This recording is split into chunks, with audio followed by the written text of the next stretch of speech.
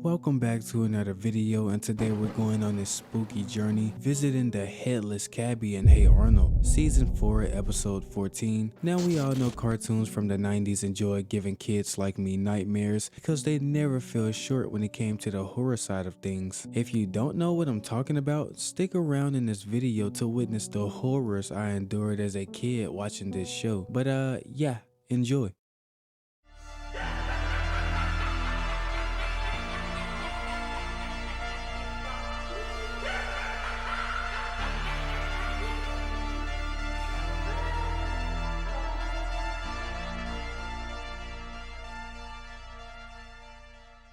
This episode kicks off with the bros having a sleepover at Arnold's house. Of course, the man himself, Gerald, was telling one of his spooky tales, talking about some big hairy man that was supposedly lurking about. Well, that was sorta scary. He said he had a story way scarier. You gotta love this man Stinky. He says this story took place in a dingy laboratory. Why does the laboratory have to be dingy though? With some guy named Dr. Mischief. Now Dr. Mischief owned a furry cat, and one day he snuck into this cage of a frisky monkey. Dr. Mischief watched as the frisky monkey and the cat fought, so you can somewhat say they became entangled. Bruh. I'm not doing this today. Cut off the monkey's head and sewed it on the cat's body and invented. Monkey cat. Gerald was like, what the f? What's so scary about that? Stinky was like, man, it's a banana eating, milk drinking monkey cat. Bro, I'm not gonna lie, this entire scene was funny as hell. Man, this show is good at mixing humor with horror. This man Harold throws a pillow at Stinky and says, man, that's not scary, that's stupid. Bruh. I came to this sleepover to be scared and I'm not. I'm just hungry. Yeah, Harold, we all know you were hungry before you got there, fat boy. This man said was talking about hitting the hay, but it was only like 6:30. Man, this must be a pretty boring sleepover. Maybe they should have invited your boy Wandsworld. This is when Arnold suggests a story that would for sure scare the living bejeebies out of everyone. He tells the tale of the Headless Cabbie. This story would take place on a foggy, misty night, just like tonight. It was about a cabbie riding his horse on this mysterious Night. and all of a sudden this woman stops him. She talked about being upset about losing her puppy in the park a few days ago. She had asked the cabbie if they could wander about the park to see if she saw her beloved pet. It was a big cold this night, and this woman had politely offered a scarf to the cabbie. They progressed further in the woods when this lady sat up and said she heard a sound. But observing the area, the cabbie only saw the dark trees and the misty fog. Arnold says the further and faster they went into the woods, the foggier it got, the darker it got, the colder it got. The wheels of the carriage made a crazy echoing sound as they rattled along the cobblestones. The lady pleads to the cabbie to go faster as she hears and eventually sees her pup. And at this point, they were going extremely fast when the lady lets out a chilling scream as she sees a weird old man with a sharp golden hook for an arm. The cabbie saves his life by a few inches as he manages to dodge the hook. The lady gives off a frightening expression as she demands he goes faster. Go down there! Hurry! Hurry!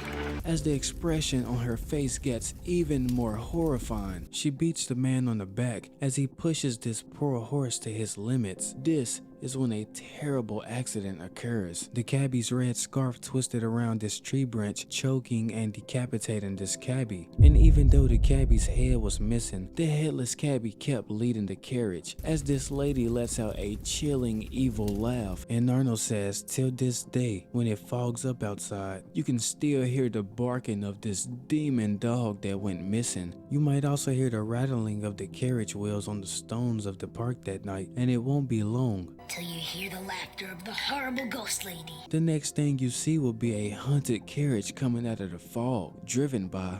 The Headless Cabbie.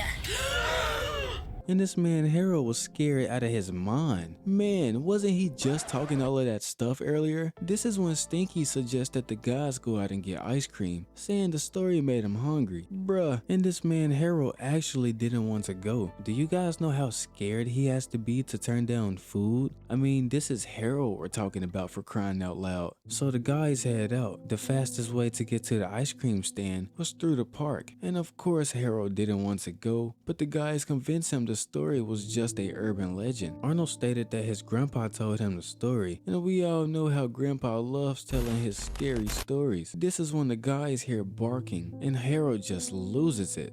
No! It's the demon Scotty dog! But it turns out it was just some friendly lost dog. Oddly enough though, this was the same dog from Arnold's story. Stinky was like, man, he's just a nice old boy. Bruh, I have to tell you guys, with me revisiting this series so much, Stinky is definitely becoming my favorite character. The man is just funny without trying to be. But yeah, they take the dog with them because they didn't want to leave him stranded there alone. The guys progress further in the woods as the eerie noise of the night wind increases and the owls sing away.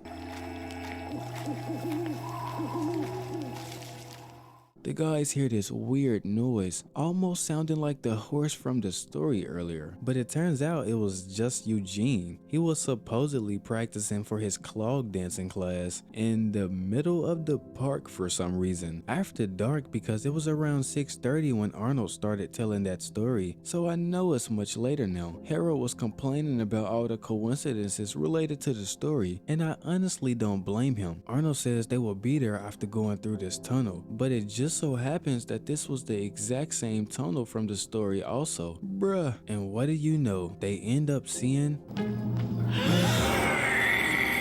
Now you probably were expecting that, but it turns out this was just some sketchy guy selling watches, and if I had to bet on it, they were probably stolen watches. I'll take two. Arnold tries to calm the guys down. They had all pretty much ran off before they could realize the guy's arm wasn't actually a hook. He says they were letting their imaginations get the best of them, but then they see that scarf. No way, bro. They didn't hear more weird sounds when Arnold asked Eugene to stop clogging, but he wasn't doing anything. The dog then runs off as if he's seen something terrifying. Holy f***.